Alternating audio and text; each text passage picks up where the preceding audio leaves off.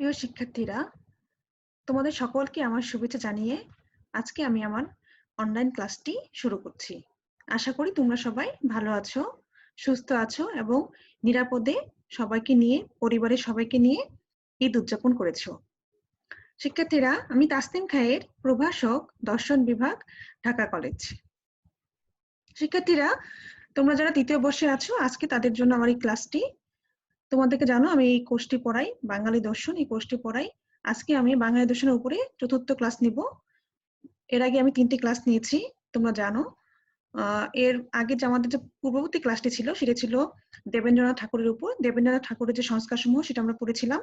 আজকে আমরা একটা নতুন টপিক নিয়ে আলোচনা করব, সেটি হচ্ছে কেশবচন্দ্র সেনের সংস্কার সমূহ। তোমরা জানো শিক্ষার্থীরা, বাংলার নবজাগরণে যে সকল মহান পুরুষরা অনন্য ভূমিকা পালন করেছিলেন তাদের মধ্যে কেশবচন্দ্র সেন অন্যতম। এবং তোমাদেরকে আমি প্রিভিয়াস ক্লাসে বলেছিলাম যে রাজা রামমোহন রায়, দেবেন্দ্রনাথ ঠাকুর এবং কেশবচন্দ্র সেন তারা হচ্ছে ব্রাহ্ম ভাবাদর্শের মানুষ। এবং তাহলে আমরা আজকে ব্রাহ্ম ভাবাদর্শের মানুষ হিসেবে কেশবচন্দ্র সেনকে নিয়ে আলোচনা করব। আসলে তার আগে আমরা কেশবচন্দ্র সেনের যে পরিচয় সেটা জেনে নিই। তার জন্ম তারিখ হচ্ছে 19 নভেম্বর 1838, জন্মস্থান কলকাতা, পশ্চিমবঙ্গ, ভারত। মৃত্যু তারিখ হচ্ছে 8 জানুয়ারি 1884, মৃত্যুস্থান কলকাতা, পশ্চিমবঙ্গ, ভারত। তিনি হচ্ছে বাংলার যে নবজাগরণ সেটা আন্দোলনের একজন মহান পুরুষ। তিনি হচ্ছে প্রধান সংগঠন হচ্ছেন ব্রাহ্ম সমাজের একজন প্রধান সংগঠন। তার ধর্ম হচ্ছে ব্রাহ্ম ধর্ম। কেশবচন্দ্র সেন ছিলেন বিশিষ্ট 19 শতাব্দীর ব্রিটিশ শাসিত ভারতের একজন বাঙালি ব্রাহ্ম নেতা, বক্তা ও বাঙালি হিন্দু সমাজের অন্যতম ধর্ম সংস্কারক। ব্রহ্মানন্দ উপাধিতে ভূষিত কেশবচন্দ্র শুধুমাত্র বাংলার নবজাগরণের অন্যতম পুরোধা ব্যক্তিত্বই ছিলেন না, বরং ভারতের জাতীয় চেতনা ঐক্যের অন্যতম উন্মেষক ও মুখপাত্র হিসেবেও তিনি নন্দিত। বিশ্ব ধর্ম প্রতিষ্ঠা ছিল কেশবের প্রধান অভীষ্ট লক্ষ্য। হিন্দু কলেজে ছাত্র থাকাকালে তিনি গভীরভাবে একত্ববাদী ধর্মতত্ত্ব এবং Theodore Parker, F W. Newman, F W. Emerson, Miss Frances Cobbe এবং অন্যান্যদের দৃঢ় প্রচারণার প্রতি আকৃষ্ট হন। আমেরিকান একত্ববাদী ধর্মপ্রচারক C.H. ডালের একত্ববাদের গুরুত্ব দ্বারা কেশবকে তিনি প্রভাবিত করেন। এই ধরনের প্রভাবে প্রভাবিত হয়েই কেশব 1857 সালে গুডউইল ফ্র্যাটার্নিটি নামে ছাত্রদের একটি একত্ববাদী ধর্মসভা প্রতিষ্ঠা করেন। তিনি ছিলেন এই সভার প্রধান বক্তা। এই সংগঠনের একটি সভায় কেশব প্রথমবারের মতো দেবেন্দ্রনাথ ঠাকুরের সাথে পরিচিত হন। এই কেশবপন্থী বেদান্তবাদী দেবেন্দ্রনাথের প্রচারিত ধর্মতত্ত্বে আকৃষ্ট হয়ে 1857 সালে কেশবচন্দ্র ব্রাহ্ম সমাজে যোগ দেন এবং 1858 সালের মধ্যেই সংগঠনের একজন কেন্দ্রীয় ব্যক্তিত্বে পরিণত হন। দেবেন্দ্রনাথ এই প্রতিভাবান বক্তা এবং সংগঠনের মধ্যে ব্রাহ্ম সমাজের একজন অসাধারণ নেতা খুঁজে পান। 1858 সালে প্রকাশিত দেবেন্দ্রনাথ তার আত্মজীবনীতে লেখেন, এরপর হলো কেশবের যুগ। তাহলে তোমরা বুঝতেই পারছো যে কেশবচন্দ্র সেন কিভাবে হচ্ছে এই যে একশ্বরবাদী যে ধর্ম সেটাকে প্রচারের জন্য তিনি কাজ করেছেন। 1858 সাল থেকে 1862 পর্যন্ত সময়ে কেশব তার নতুন চিন্তা ভাবনা এবং কর্মকাণ্ড দিয়ে ব্রাহ্ম সমাজকে নতুন জীবন প্রদান করেন। 1861 সালে কেশব ব্রাহ্ম সমাজের অঙ্গ হিসেবে দ্য ইন্ডিয়ান মিরর প্রকাশ করে এর মাধ্যমে অসাম্প্রদায়িক বিশ্বধর্মের চেতনা ছড়িয়ে দেন। তিনি সমাজের প্রাত্যহিক ও নিয়মানুগ ধর্ম প্রচারের ব্যবস্থা করেন। 1862 সালে আচার্য নিযুক্ত হওয়ার পর তিনি স্বেচ্ছায় ধর্ম প্রসারে মনোনিবেশ করেন। তিনি উপলব্ধি করেন যে সমাজে প্রয়োজন আত্মত্যাগী কর্মী। বেতন শব্দটি তিনি ব্রাহ্ম সমাজের শব্দ ভান্ডার থেকে বাতিল করে দেন। 1857 থেকে 1866 সালের মধ্যে ব্রাহ্ম সমাজের 31টি মতো শাখা প্রতিষ্ঠিত হয়। ব্রাহ্ম সম্প্রদায়ের জীবনকে সর্বজনীন ধর্ম করার নিমিত্তে কেশবচন্দ্র 1878 সালে ভারত আশ্রম প্রতিষ্ঠা করেন। সমাজের কর্মের সিদ্ধান্ত গ্রহণের দৈব বার্তা বা আদেশের উপর নির্ভরতা এ সময় তার ধর্ম বিশ্বাসের মূল বিষয় হয়ে দাঁড়ায়। 1875 থেকে 1884 সাল পর্যন্ত সময়ে কেশবচন্দ্রের সাথে রামকৃষ্ণ এর নিবিড় ব্যক্তিগত সম্পর্ক গড়ে ওঠে এবং সম্ভবত রামকৃষ্ণের প্রভাবে তিনি ব্রাহ্ম সমাজে যোগাভ্যাস, বৈরাগ্য এবং ঈশ্বরকে মাতৃরূপে আরাধনার সূচনা করেন। কেশবের সংস্কার কর্মকাণ্ডের অবক্ষয়ের ছাপ ফুটে ওঠে নারী অধিকার প্রতিষ্ঠা তার পরবর্তীকালের চিন্তা ভাবনায়। এককালে যিনি ছিলেন এর সমর্থক সে কেশবী নারীর উচ্চ শিক্ষা ও সামাজিক স্বাধীনতা নিয়ে তর্ক শুরু করেন। তিনি নারীদের বাহিরের বিশ্বে প্রতিষ্ঠা হওয়ার জন্য প্রস্তুতিমূলক উচ্চশিক্ষার পরিবর্তে নারী সুলভ গুণের উন্নয়নের ব্যাপারে বেশি নজর দেন, যেটা তার আসলে প্রথমে তিনি সব শিক্ষা বা নারীদেরকে উচ্চশিক্ষার জন্যই বলেন, কিন্তু পরবর্তীতে আবার তিনি নারী সুলভ আচরণের কথা বলেন। সেই জন্য আসলে সেটা অবক্ষয়টা হয়ে যায়। তার যে অনুগামী ছিল বা যারা শিষ্য তাদের মধ্যে কিন্তু একটা সৃষ্টি হয়ে যায়, বিচ্ছিন্নতার সৃষ্টি হয়। কেশবের এই নতুন লক্ষ্য সংরক্ষণশীলতা এবং ব্রাহ্ম সমাজে তার সম্পূর্ণ কর্তৃত্ব সমাজের ভিন্ন মতাবলম্বী সৃষ্টি করে। ফলে বিচ্ছিন্নতাবাদীগণ 1874 সালে সমদর্শী দল গঠন করে এবং 1877 সালে শিবনাথ শাস্ত্রীর নেতৃত্বে সমদর্শী সভা গড়ে ওঠে। এদের দাবি ছিল সাংবিধানিক অধিকার। 1878 সালে ফেব্রুয়ারি মাসে জনসমক্ষে কুচবিহারের মহারাজার সাথে কেশবচন্দ্র তার নাবালিকা কন্যার বিবাহের ঘোষণা দিলে এই দুই গ্রুপের মাঝে বিরোধ আরো বেড়ে যায়। এই ঘোষণা যুক্তিবাদী ব্রাহ্মদের আতঙ্কিত করে। 1878 সালে ব্রাহ্ম বিবাহ আইন লঙ্ঘন করে কেশবচন্দ্র তার মেয়ের বিবাহকে ন্যায্যতা দেন এই বলে যে এটি ঈশ্বরের দূরদর্শিতা। ফলে ভাঙ্গন ছিল অবধারিত এবং 1875 সালে 15 মে প্রগতিশীল গ্রুপ সাংবিধানিক ভিত্তিতে সাধারণ ব্রাহ্ম সমাজ গড়ে তোলে। 1880 সাল পর্যন্ত কেশব তার সমাজের কোনো নাম দেননি। 1881 সালে তিনি আনুষ্ঠানিকভাবে নববিধান প্রতিষ্ঠা করেন। পাশ্চাত্য সংমিশ্রণে একটি নতুন সমন্বয়কারী ধর্ম গড়ে উঠেছিল এবং একই বছর এর মুখপাত্র নিউ ডিসপেনশন প্রকাশ হতে শুরু করে। এই নতুন ধর্মে তিনি সংমিশ্রণ ঘটাতে চেয়েছিলেন এশিয়ার সর্বেশ্বরবাদ ও অতীন্দ্রিয়বাদ এর সাথে ইউরোপের বস্তুবাদ ও বিজ্ঞানকে। নববিধানের মূল উদ্দেশ্য ছিল সারগ্রহিতা সবকিছুর মধ্যে থেকে ভালোটি বেছে নেওয়া। এটি সকল ধর্মগ্রন্থ, পয়গম্বর এবং ধর্মীয় বিধিবিধানের মধ্যে সাযুজ্য ঘোষণা করে। কেশবের মতে ব্রাহ্ম ধর্ম একটি উদার মতবাদ যা সর্বস্থান এবং সর্ব সময়কে ধারণ করে। তার মানে কি তোমরা নববিধান সম্পর্কে বুঝতে পারলে যে যেটা হচ্ছে একটি ছিল সংমিশ্রণ, প্রত্যেকটা ধর্মের একটা সংমিশ্রণ ছিল এবং এই নববিধান থেকে আমরা আসলে তার যে ধর্মীয় সংস্কারটি সেটা আমরা দেখতে পাবো। চলো আমরা তাহলে এখন কেশবচন্দ্র সেনের ধর্মীয় সংস্কার সেটা দেখে নিই। কেশবচন্দ্র তার নিজের ব্যক্তিগত জীবনে পৃথিবীর সকল ধর্মাচার্যের প্রতি শ্রদ্ধা পোষণ করতেন। দৈনন্দিন আচার আচরণে তিনি জগতের বিভিন্ন ধর্মের প্রবর্তক যেমন যীশু খ্রিস্ট, গৌতম বুদ্ধ, হযরত মুহাম্মদ, চৈতন্যদেব প্রমুখ মহাজ্ঞানীদের সাজন ভজনে নিজেকে নিয়োজিত রাখতেন। আর আর এই পথেই তার আবিষ্কৃত নতুন সত্যকে তিনি নিজেই নববিধান নামে আখ্যায়িত করেন। নববিধানকে তিনি ব্রাহ্ম সমাজের বিবর্তিত রূপ বলেই অভিহিত করেছিলেন। এ যেন এক নবজাত শিশু যে প্রায় 50 বছর যাবৎ মাতৃজঠরে সংগোপনে বিকশিত হয়েছে। এ প্রসঙ্গে তিনি বলেন, পৃথিবী শোনো, 50 বছর ব্রাহ্ম সমাজ গর্বে ধর্মের যে শিশু গঠিত হইতেছিল, বহুকালের প্রসব যন্ত্রণা পথ আজ সেই শিশু জন্মধারণ করিয়াছে। সেই শিশুর ভিতরে যোগ, ধ্যান, বৈরাগ্য, প্রেম, ভক্তি সমুদয় গুণ সন্নিবিষ্ট রইয়াছে। সেই শিশুর মধ্যে বেদ, বেদান্ত, তন্ত্র, বাইবেল, পুরাণ সমুদয় রইয়াছে। তাই কেশবচন্দ্রের ধর্ম সমীক্ষায় নববিধানের গুরুত্ব আসলে অপরিসীম। তিনি নববিধান এর কয়েকটি বৈশিষ্ট্য বিশ্লেষণ করেন।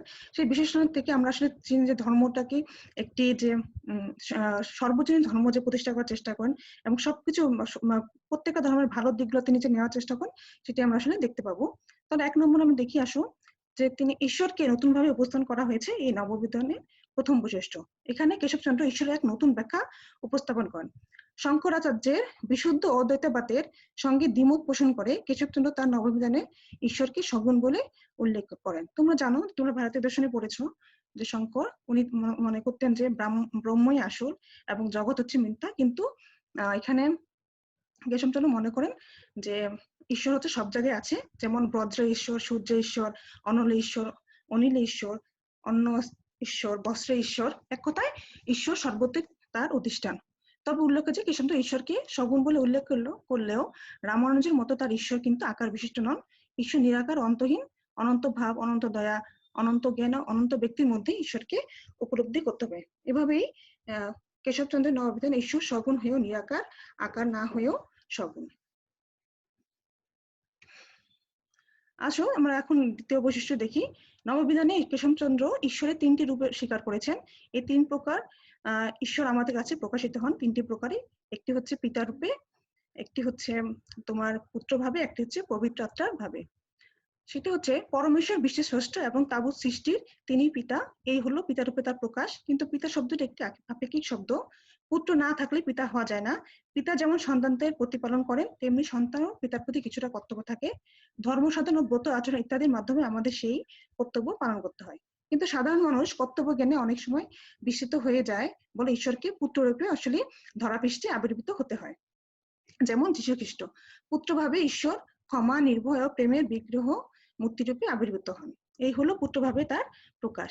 তৃতীয়ভাবে নাম হচ্ছে পবিত্র আত্মার প্রকাশ। এই ভাবকে প্রত্যাদেশ বলা হয়ে থাকে।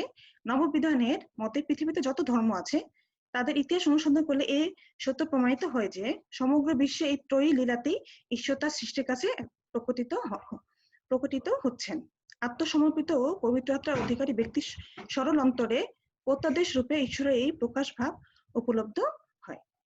তার মানে কি আমরা দেখতে পেলাম যে তিনি তিন রূপে ঈশ্বরকে ঈশ্বর যে প্রকাশ পান সেটা তিনি এটা বলেছেন নববিধানে। 3 নম্বর হচ্ছে নববিধান তৃতীয় বৈশিষ্ট্য হচ্ছে মূর্তি পূজা ও অবতারবাদকে অস্বীকার করা। নববিধানের মতে ঈশ্বর যেহেতু অনন্ত আকার বিশিষ্ট সত্তা, সেই কারণে মানবদেহে তার প্রকাশ সম্ভব নয়। তবে পুত্রভাবে তিনি বহুবার মহাপুরুষদের প্রেরণ করেছেন। পরমেশ্বরের একটি ভাব মহাপুরুষের প্রকৃতিতে প্রবিষ্ট হয়ে পুত্রভাবে তিনি আবির্ভূত হয়েছেন। তাই গীতায় বলা হয়েছে যখনই যে দেশে ধর্ম গ্লানিতে ভরে উঠবে তখনই ধর্মকে তার পূর্বাসনে বসিয়ে দুষ্টদের দমন করার আর শিষ্টদের পালনের উদ্দেশ্যে আমি যুগে যুগে আবির্ভূত হই। কিন্তু পরমেশ্বর এই ভাবকে কেশবচন্দ্র অবতারবাদ বলে স্বীকার করেন না। তার মতে এটা হচ্ছে পরমেশ্বরের পুত্রভাবে আগমন। কেশবচন্দ্রের ধারণা এভাবেই রোম ও গ্রীসকে পাপের করাল গাছ থেকে রক্ষা করার জন্য ঈশা, আরব দেশের পৌত্তলিকতা দূর করার জন্য মুহাম্মদ এবং ভারতবর্ষকে বাহ্যিক ধর্মাচরণ থেকে রক্ষা করার জন্য শাক্যমুনি আবির্ভূত হয়েছিলেন।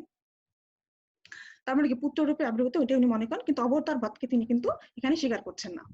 4 নম্বর হচ্ছে সব ধর্মের সমন্বয় নববিধানের একটি উল্লেখযোগ্য বৈশিষ্ট্য। কেউ কেউ নববিধান এই সমন্বয়বাদী বৈশিষ্ট্যের বর্ণনাতে গিয়ে বলেন যে নববিধানের সর্বশাস্ত্রের সকল সাধুগণের সকল সাধুকার্যের মিলন ঘটেছে। নববিধান পৃথিবীর সমুদয় ধর্মকে আপনার ভিতর বিলীন করেছে। নববিধানের জ্ঞান ও ভক্তি, যোগ ও কর্মের সামঞ্জস্য ঘটেছে। নববিধান প্রাচ্যের সঙ্গে প্রচিত্তের, বিশ্বাসের সঙ্গে বিজ্ঞানের, যুক্তির সঙ্গে ভক্তির, প্রথার সঙ্গে প্রগতির দ্বন্দ্ব বিতাড়িত করেছে। বস্তু বিজ্ঞান, প্রকৃতি বিজ্ঞান, মনোবিজ্ঞান, সমাজ বিজ্ঞান, রাজ্য বিজ্ঞান, ধর্ম, এই সকল প্রকার বিজ্ঞানই ধর্মের অন্তর্গত। আকাশের বায়ু, চন্দ্র, সূর্য, গ্রহ, তারা এবং পৃথিবীর সাগর পর্বত সকলের সঙ্গে ঈশ্বরের নামে যুক্ত সকল বস্তুর মধ্যে সার্বভৌমিক ধর্ম উপলব্ধি করে এই ধর্ম। নববিধানের মধ্যে আছে স্পষ্ট একটি সামঞ্জস্যের ভাব। প্রকৃত প্রস্তাবে ধর্মের প্রতি গভীর শ্রদ্ধাবোধ ও একনিষ্ঠ সমরূপ মনোভাবই কেশবচন্দ্রের ধর্ম জিজ্ঞাসাকে তাড়িত করে বারবার। তাই সকল ধর্মের নিকর্ষকে তিনি নির্দ্বিধায় গ্রহণ করেছিলেন তার নববিধানে। 5 নম্বর বৈশিষ্ট্য দেখি। নববিধানের অপর বৈশিষ্ট্য হচ্ছে তার জীবনবাদিতা। নববিধান কেবল একখানা শ্লোক সর্বস্ব গ্রন্থ নয়, এটি জীবনের ধর্মবিশেষ। জীবনকে তাৎপর্য করার বিধান রয়েছে নববিধানে। জীবন থেকে পালিয়ে বাঁচা নয়, বরং নানা প্রকার ঘাত প্রতিঘাতকে জয় করে জীবন কর্তব্য করে তোলাই নববিধানের পরম লক্ষ্য। তাই নববিধান একটি পূর্ণাঙ্গ জীবন বিধান। এটি বিভিন্নভাবে সমাহার, বিভিন্ন আদর্শের সমষ্টি। কেশবচন্দ্রের মতে কোনো মানুষই কেবল ভক্তি, কেবল জ্ঞান কিংবা কেবল কর্ম বা কেবল যোগ নিয়ে তার সকল বৃত্তির স্ফুরণ ঘটাতে পারে না। পরিপূর্ণ বিকাশের জন্য চাই নানা ধরনের ভাব ও আদর্শের অনুসরণ। নববিধানের সেই লক্ষ্যেই নিয়োজিত। 6 নম্বর দেখো যে সার্বজনীনতা নববিধানের আরেকটি বৈশিষ্ট্য। এটি একাধারে জাতীয় ও সার্বজনীন নববিধান। ভারতবর্ষ জাতি হলো সমগ্র বিশ্বের সঙ্গে নারীর সম্বন্ধ বিদ্যমান। যে জাতির কাছে যা সত্য আছে, ধর্মে যা আদর্শ আছে, তার সবই গ্রহণ করেছে নববিধান। আর এই জন্য নববিধানে জাতি, ধর্ম, দেশ নির্বিশেষে সবার অংশীদারিত্ব রয়েছে। মুসা, সক্রেটিস, ঈসা, মোহাম্মদ সাল্লাল্লাহু আলাইহি ওয়াসাল্লাম বিদেশি হয়েও শাক্যমুনি চৈতন্যদেবের মতো নববিধানে গভীর শ্রদ্ধার পাত্রটিকে পূজিত। তার মানে কি প্রত্যেকটা ধর্মের প্রত্যেকটা ব্যক্তি এবং প্রত্যেকজনকেই হচ্ছে নববিধানে স্থান নিয়েছে এবং তাদেরকে অবশ্যই শ্রদ্ধার পাত্ররূপে গ্রহণ করা হয়েছে। 7, ঈশ্বরকে পিতৃভাবে সাধন করার পরিবর্তে মাতৃভাবে সাধন করা নববিধানের অপর একটি বৈশিষ্ট্য। অবশ্যই ঈশ্বরকে মাতৃভাবে সাধন করা নতুন কোনো ব্যাপার নয়। খ্রিস্ট জগৎ বা অন্যান্য ধর্মে ঈশ্বরকে পিতৃভাবে সাধন করলেও ভারতীয় ধর্ম সাধনে কিন্তু ঈশ্বরকে মাতৃজ্ঞানেই ভজন করা হয়ে থাকে। কেশবচন্দ্র তার নববিধানে ঈশ্বরকে মাতৃজ্ঞানে ভক্তি করার পরামর্শ দিয়েছেন। নববিজ্ঞানের আরেকটি বৈশিষ্ট্য হচ্ছে ধর্ম বা নৈতিকতার উৎসরূপে মানুষের সহজাত প্রবৃত্তি বা সজ্ঞানকে প্রাধান্য দেওয়া। কেশবচন্দ্রের মতে মানুষের ধর্ম ও নীতিবোধের দুটি উৎস দুই রকম, ধর্ম বা অনুশাসন এবং মানুষের সহজাত অন্তঃপ্রবণতা বা সজ্ঞা। কেশবচন্দ্র দ্বিতীয় ধারার সমর্থক ছিলেন, তার মানে তিনি সংজ্ঞাকেই প্রাধান্য দিয়েছেন। 9 নম্বর দেখো, বিজ্ঞানের সঙ্গে ধর্মকে মিলে দেখা নববিজ্ঞানের আরেকটি উল্লেখযোগ্য বৈশিষ্ট্য। আগেই উল্লেখ করা হয়েছে নববিজ্ঞান একটি সমন্বয়বাদী জীবন দর্শন, এখানে যেমন যোগের সঙ্গে ভক্তি ও কর্মের সঙ্গে জ্ঞান ও ভক্তি, ধর্মের সঙ্গে বৈরাগ্য, শান্তির সঙ্গে উদ্যমের, বিনয়ের সঙ্গে মহত্বের, প্রেমের সঙ্গে পুণ্যের, দেশি ভাবের সঙ্গে বিদেশি সভ্যতার, অদ্বৈতবাদের সঙ্গে দ্বৈতবাদের সমন্বয় সাধন করা হয়েছে, তেমনি আপাত বিসাদৃশ বিজ্ঞান ও ধর্মের মধ্যে এক অনুপম সমন্বয় প্রতিষ্ঠা করা হয়েছে। কেশবচন্দ্র নিজেই ছিলেন সমন্বয়ের এক মূর্ত বিগ্রহ স্বরূপ। সবকিছুর মধ্যে তিনি সমন্বয় বিধানের চেষ্টা করেছিলেন। ধর্মের সঙ্গে বিজ্ঞানের সমন্বয় প্রসঙ্গে তিনি একটি উক্তি করেন, তোমরা সেটি পড়ে নিবে। আমরা সব লিখতে যাই। সমাজ সংস্কার সম্পর্কিত কেশবচন্দ্রের মতের পূর্বাভাস আমরা লক্ষ্য করি ইংল্যান্ডে থাকাকালে মেট্রোপলিটন ট্রিবিউনালে 1870 খ্রিস্টাব্দের 24 মে তারিখে প্রদত্ত এক বক্তৃতায়। এটি ছিল তার প্রসিদ্ধ বক্তৃতাগুলোর মধ্যে অন্যতম। এই বক্তৃতা ছিল তার স্বদেশপ্রীতি, রাজনৈতিক দূরদর্শিতা এবং ব্যক্তি স্বাধীনতার এক অনুপম নিদর্শন। সেই সভায় ভারতের প্রতিনিধি হয়ে দাঁড়িয়ে তিনি এমন নির্ভীকভাবে ভারতবর্ষের দাবিগুলো তুলে ধরেন যা তার পূর্বসূরি মাহাত্ম্য যে রাজা রামমোহন রায় কথা আমাদের স্মরণ করিয়ে দেয়। সেই সভায় অনেক শ্রোতা ছিলেন এবং উপস্থিত শ্রোতাদের সামনে সাহসিকতার সঙ্গে তিনি ভারতবর্ষের প্রতি ব্রিটিশ সরকারের যে বিমর্তনা স্বরূপ আচরণ সেটি তুলে ধরেন। এই বক্তৃতার মাধ্যমে তিনি ভারতবর্ষের ন্যায্য দাবির কথা বিশ্ববাসীর সামনে নিয়ে আসেন। এই কারণেই অনেকেই কেশবচন্দ্রের এই বক্তৃতাটিকে আধুনিক ভারতবর্ষের একটি গুরুত্বপূর্ণ দলিল বলে মনে করেন। এই সভায় তিনি নিম্নোক্ত বিষয়গুলোর প্রতি ব্রিটিশ সরকারের দৃষ্টি আকর্ষণ করতে চেয়েছিলেন। 1 নম্বর হচ্ছে ভারতবর্ষের রেলওয়ে, টেলিগ্রাফ, জলসেচন প্রভৃতির উন্নতি ছাড়াও দেশের সমস্ত লোককে জ্ঞানে, ধর্মে ও নীতিতে উন্নত করে তুলতে হবে। 2 নম্বর হচ্ছে স্ত্রী লোকদের ভেতর ধর্ম, নীতি, বিজ্ঞান, সাহিত্য প্রভৃতি সকল বিষয়ে শিক্ষার ব্যবস্থা করতে হবে। কিন্তু তাই বলে তাদের আচার আচরণ বা পোশাক পরিচ্ছদ কিছুতেই ডিন্যাশনালাইজ করা যাবে না। দেশীয় ভাষার মাধ্যমে সেই শিক্ষার বিস্তার করতে হবে। ভারতের জনমতের বিকাশ ও গঠনের উদ্দেশ্যে সংবাদপত্র প্রকাশের সকল রকম সুযোগ সুবিধা দিতে হবে। চিরস্থায়ী বন্দোবস্তের শর্তানুযায়ী জমিদার ও প্রজাদিগকে অতিরিক্ত করভার হইতে মুক্ত করে প্রত্যেক ব্যক্তিকে সুবিধা দিতে হবে। শিক্ষিত দেশীয় লোকদিগকে উচ্চ সরকারি কর্মে নিয়োগ করতে হবে। বিদেশে গিয়ে ভারতীয়গণ যাতে উচ্চশিক্ষা লাভ করতে পারে তার জন্য বৃত্তি প্রদান প্রভৃতির দ্বারা ছাত্রদের সহায়তা করতে হবে। মদ ও আফিম যেটা বলে প্রভৃতি মাদক দ্রব্যের ব্যবসা দেশ থেকে উঠিয়ে দেবার আইন প্রণয়ন করতে হবে এবং উদ্ধত স্বভাব ও চরিত্রহীন ইংরেজরা ভারতে এসে দেশীয় লোকের উপর যেসব ঘৃণ্য ও নৃশংস অত্যাচার করে তা বন্ধ করতে হবে। কেশবচন্দ্র এই বক্তৃতায় প্রমাণ করে যে স্বজাতি, স্বদেশ ও সমাজের প্রতি তিনি ছিলেন এক ক্লান্তিহীন যোদ্ধা। তুমি দেখতেছো যে তাহলে একটি মানে বিভিন্ন জায়গায় বক্তৃতার মাধ্যমে তিনি কিন্তু তার যে দাবি দাওয়া গুলো আছে সেগুলো তুলে ধরছেন এবং সেই দাবি দাওয়ার প্রত্যেকটি কিন্তু তার সমাজ সংস্কার এক একটি মূল্যবান হচ্ছে তার কথা, যেটা তিনি সমাজ সংস্কারের জন্যই কিন্তু এগুলো বলছেন।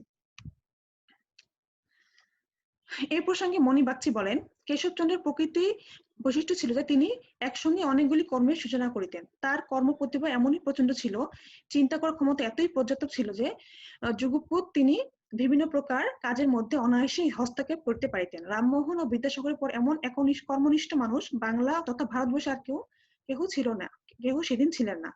ভারতবাসীর সামাজিক ও নৈতিক উৎকর্ষ বিধানে মহান উদ্দেশ্য নিয়ে কেশবচন্দ্র প্রতিষ্ঠা করেছিলেন ভারত সংস্কার সভা। এটি তার ইংল্যান্ড পরিভ্রমণের বাস্তব অভিজ্ঞতার প্রতিফলন। এর প্রধানত 5 ধরনের কর্মসূচি ছিল এবং 5টি কর্মসূচি নিয়ে এর বিভাগ সংখ্যা ছিল 5। এক একজন সম্পাদক প্রত্যেকটি বিভাগ পরিচালনা করত। যেমন 1 নম্বর দেখো, সুলভ সাহিত্য প্রচার বিভাগ, সম্পাদক ছিলেন উমানাথ গুপ্ত।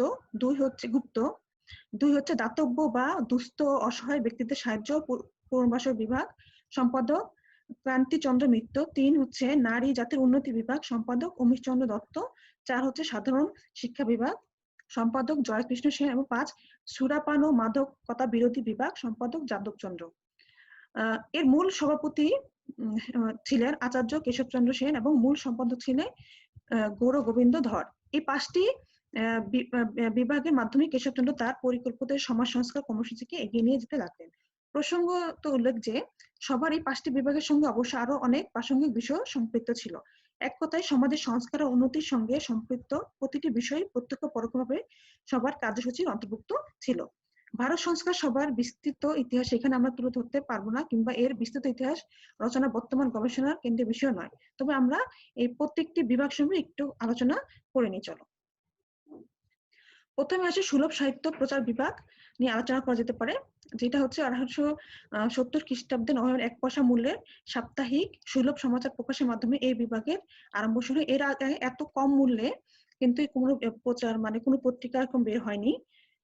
ভারতবাসীকে দেশ বিদেশের সংবাদ অবগত করাই ছিল এই সাপ্তাহিক মূল উদ্দেশ্য। সহজ সরল ভাষায় এখানে বিভিন্ন নিবন্ধ ও সংবাদ প্রকাশিত হতো। বাংলা ভাষাকে বিদ্যাসাগরীয় ভাষা থেকে বের করে এনে সুলভ সমাচারের মাধ্যমে কেশবচন্দ্র একে সহজগম্য করে তোলেন। অর্থাৎ ভারতীয়রা যাতে হচ্ছে খুব সহজেই বিভিন্ন সংবাদ পেতে পারে বা সবকিছু জানতে পারে, সেজন্য তিনি হচ্ছে এই সুলভ সাহিত্য প্রচার বিভাগটি করেন, একটি বিভাগ হিসেবে সেটি মানে প্রবর্তন করেন। সুলভ সমাচারের ভাষা যেমন সুলভ ছিল, ব্যাকরণের কচকচানি ও প্রকৃতি প্রত্যয়ের গতালিকা প্রবাহ থেকে বাংলা ভাষাকে সহজ সরল করার পিছনে কেশবচন্দ্র এই অবদান বাঙালি কখনো আসলে ভুলবে না। এ প্রসঙ্গে আচার্য যদুনাথ সরকার বলেন, আমরা ছেলেবেলায় সুলভ সমাচার কাগজ পড়েছি, পূজার সময় আবার লাল রং নীল রঙে বাহির হতো। এর ভাষা একেবারে সহজ ভাষা, শিশু পর্যন্ত বুঝতে পারে। সে সময়ে গাড়োয়ানদেরও তা করতে দেখেছি। সাধারণ লোকের মনে ওই সুলভ সমাচারের ভেতর দিয়ে কেশবচন্দ্র এই দেশের রাজনৈতিক বিপ্লবের সূত্রপাত করলেন। সমাজ, শিক্ষা, নৈতিকতা, রাজনীতি ও ব্যক্তি স্বাধীনতা বিষয়কে প্রবন্ধ ও সংবাদ এতে প্রকাশিত হতো। ইংল্যান্ড থেকে অভিজ্ঞতা নিয়ে দেশে প্রত্যাবর্তন করে তিনি বিলক্ষণ উপলব্ধি করতে পেরেছিলেন যে সমাজ সংস্কারের ব্যাপক কর্মসূচিকে বাস্তবায়িত করতে হলে কেবল বক্তৃতা বা ভাষণ দিলেই চলবে না, এর জন্য সাহিত্য রচনা করাও অপরিহার্য। সুলভ সমাচার তার সমাজ সংস্কার বিষয়ক আকাঙ্ক্ষার বাস্তব রূপায়ণের প্রথম পদক্ষেপ ছিল। তার মানে কি, ভারতবাসীকে সহজে তার যে হচ্ছে বিভিন্ন সংবাদ সম্পর্কে অবগত করা এবং হচ্ছে সাহিত্য রচনা ইত্যাদি সবার সামনে উপস্থিত করার জন্য তিনি আসলে এটি এই প্রথম পদক্ষেপ নিয়েছেন এবং এই ইয়াটি তিনি প্রবর্তন করেছিলেন। 2 হচ্ছে এই বিভাগের নাম হচ্ছে দাতব্য ও দুস্থ ও অসহায় সাহায্য ও পুনর্বাসন বিভাগ। এই বিভাগের কাজও ছিল বহুমুখী। প্রধান প্রধান কাজের মধ্যে ছিল দরিদ্র মেধাবী ছাত্রছাত্রীদের বেতন, পুস্তক পুস্তিকা নিয়ে সাহায্য করা, অন্ধ খঞ্জ ও বধিরকে অর্থ সাহায্য, বিধবা ও দুস্থ পরিবারকে নিয়মিতভাবে মাসিক অর্থ সাহায্য, অনাথ ও আতরদিগকে ওষুধপত্র বিতরণ প্রভৃতি উল্লেখযোগ্য। তার মানে সেবার ভিতর দিয়ে সাধারণ মানুষ ও ভদ্র শ্রেণীর মধ্যে প্রীতি ও সৌহার্দ্যের ভাব জাগিয়ে তোলার উদ্দেশ্যেই কেশবচন্দ্র এই বিভাগটি খুলেছিলেন। যে কোনো দৈব বিপদে মানুষকে উদ্ধার ও রক্ষা করতে মানুষ যাতে এগিয়ে আসে, এই শিক্ষাই হচ্ছে কেশবচন্দ্রের এই বিভাগের উদ্দেশ্য।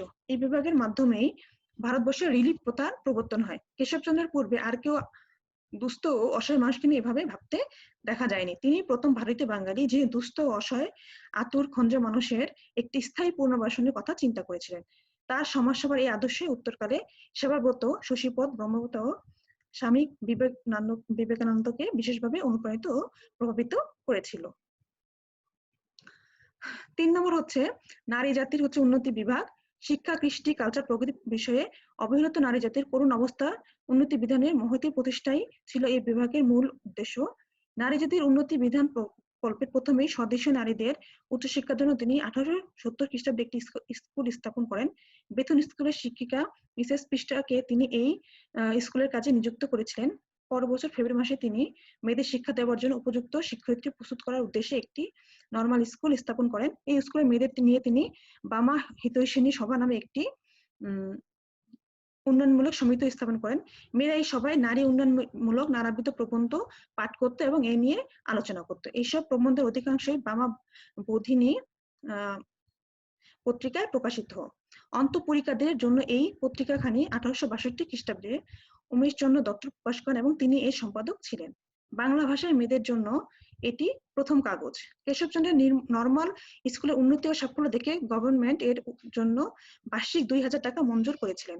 যতদূর জানা যায় বামা হিতৈষিণী সভায় 19 শতকে বাংলার প্রথম মহিলা সমিতি। ব্রিস্টলের একটি মহিলা সমিতি কেশবচন্দ্রের বিবিধ নারী কল্যাণ প্রতিষ্ঠার প্রভূত অর্থসাহায্য করেছিল। নারী জাতির উন্নতি বিষয়ে কেশবচন্দ্রের সক্রিয় কিছু ধারণা পোষণ করতেন।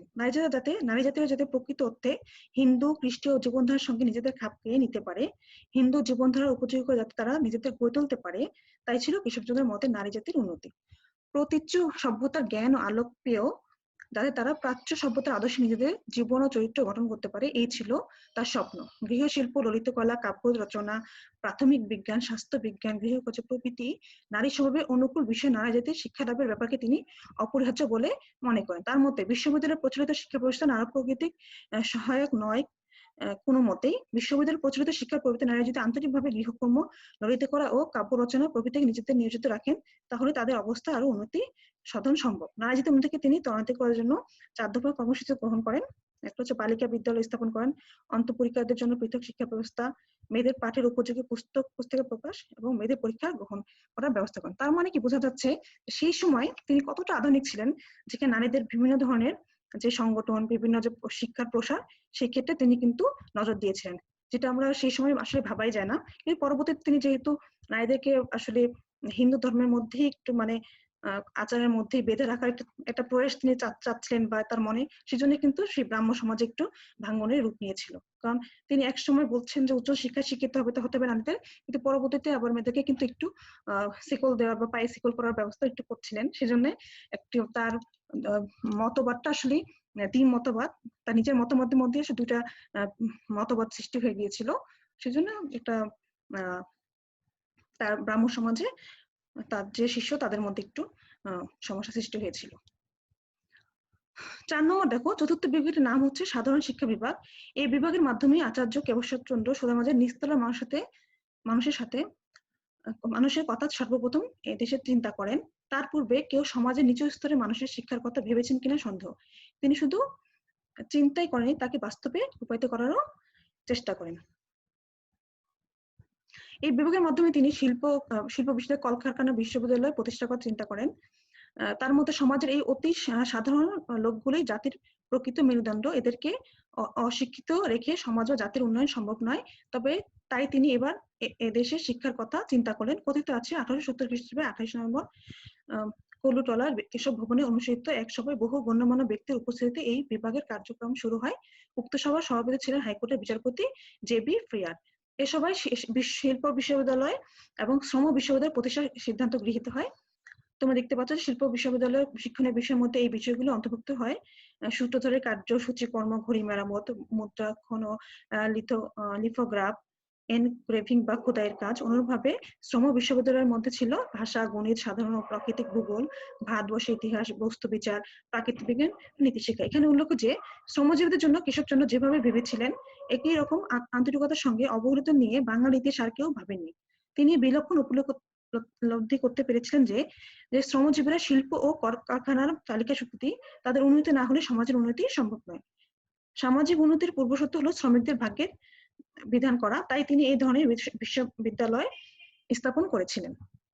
শিল্প বিদ্যালয় দ্বারা তিনি শিল্প প্রতিষ্ঠানে নিয়োজিত শ্রমিকদের অর্থনৈতিকভাবে স্বাবলম্বী করার স্বপ্ন দেখেছিলেন।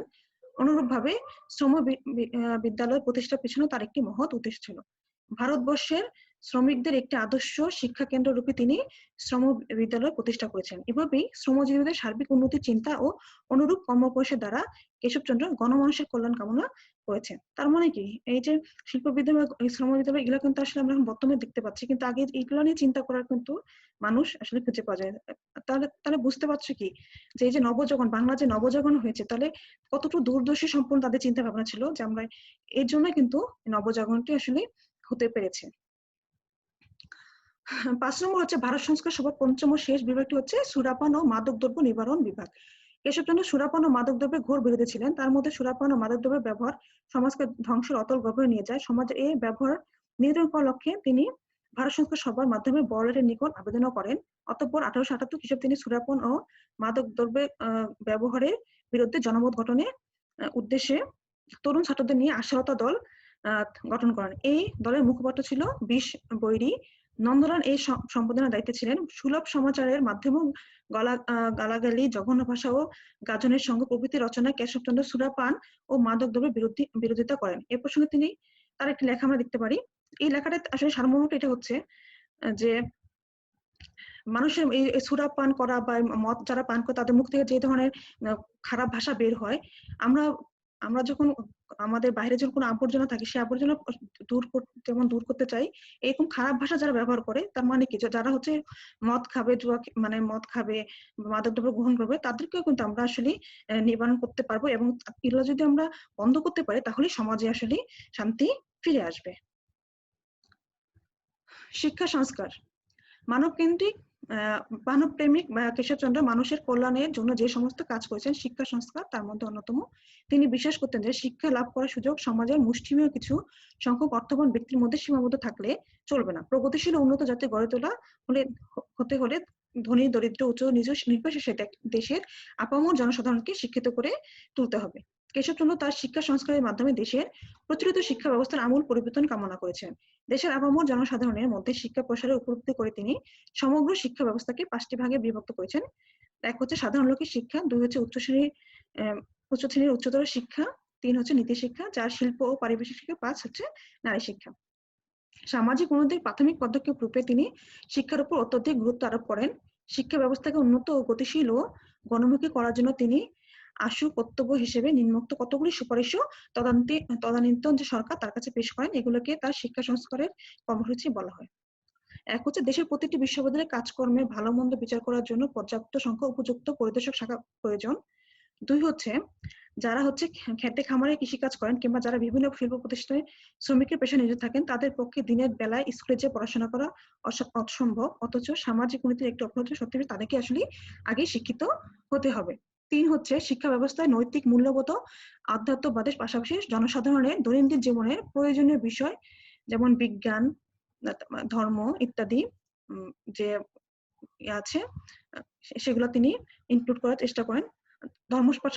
তিনি মনে করেন যে ধর্ম শিক্ষার পাশাপাশি বিজ্ঞান শিক্ষা জনসাধারণকে সক্রিয় অংশগ্রহণ করতে হবে।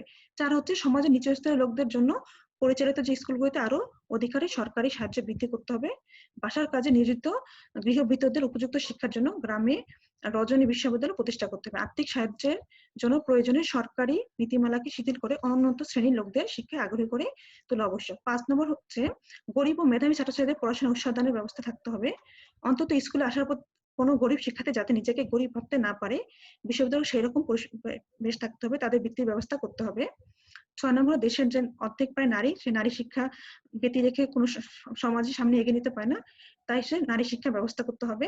7 হচ্ছে শুধুমাত্র গুটি কয়েক বিষয়ের মাধ্যমে শিক্ষা প্রদান সীমিত থাকলে শিক্ষার প্রসার ত্বরান্বিত হবে না, ফলে শিক্ষার যে আসল উদ্দেশ্য ব্যাহত হতে বাধ্য। তাই গ্রাম ও প্রত্যন্ত অঞ্চলে ভ্রাম্যমাণ স্কুল স্থাপন করে ভ্রাম্যমাণ শিক্ষকদের দ্বারা শিক্ষাদান গ্রহণ করতে হবে। 8 হচ্ছে গ্রাম ও দেশের প্রত্যন্ত অঞ্চলের অধিবাসীদের মধ্যে নিজের দেশ ও অন্যান্য দেশের প্রতিদিনকার খবর পৌঁছাতে হবে। সেজন্য সরকারি সাহায্যের প্রকাশিত যে সংবাদপত্রগুলো আছে সেটা বিনামূল্যে গ্রামে গ্রামে বিতরণের ব্যবস্থা করতে হবে। 9 হচ্ছে কেবল সরকার একার পক্ষে নয়, সমাজের সবাইকে নিয়েই আসলে যারা হচ্ছে বিত্তশালী জমিদার সেই শ্রেণীকে নিয়েই হচ্ছে সবার স্কুল প্রতিষ্ঠার জন্য এগিয়ে আসতে হবে। অর্থাৎ সবার সাহায্য, শুধু সরকার না, সবার সাহায্যে এগিয়ে আসতে হবে শিক্ষার জন্য।